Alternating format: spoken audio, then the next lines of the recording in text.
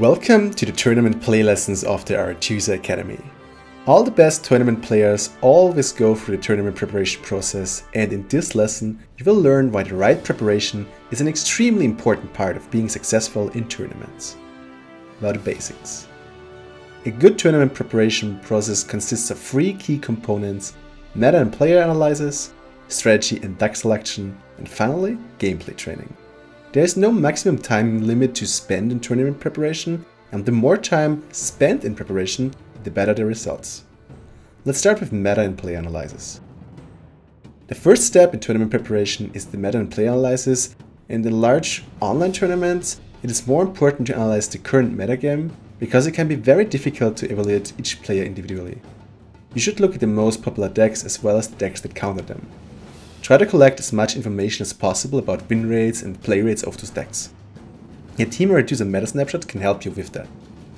If you are participating in a smaller tournament, especially with the single elimination rule, it is beneficial to also analyze the other participants. Find out the favorite deck, their usual tournament strategies and their weaknesses. This will be useful throughout the whole preparation as well as the tournament itself. Strategy and deck selection. From the first step, you will already have an idea of the most popular decks. Now it is time to choose your strategy. The best way to do this is to first analyze your own strengths and weaknesses as a player.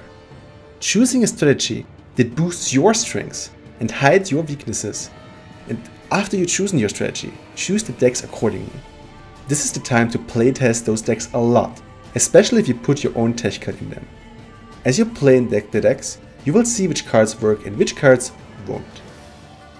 Gameplay training.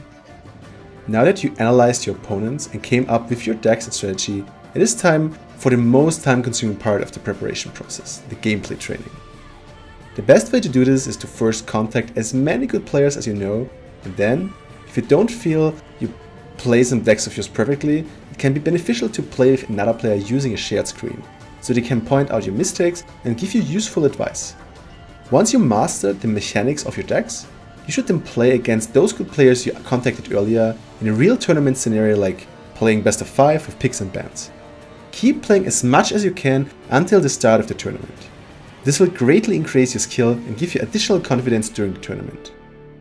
And the conclusion: while it is very beneficial to have other players who will go through the whole preparation process with you, don't worry, it can still be done alone.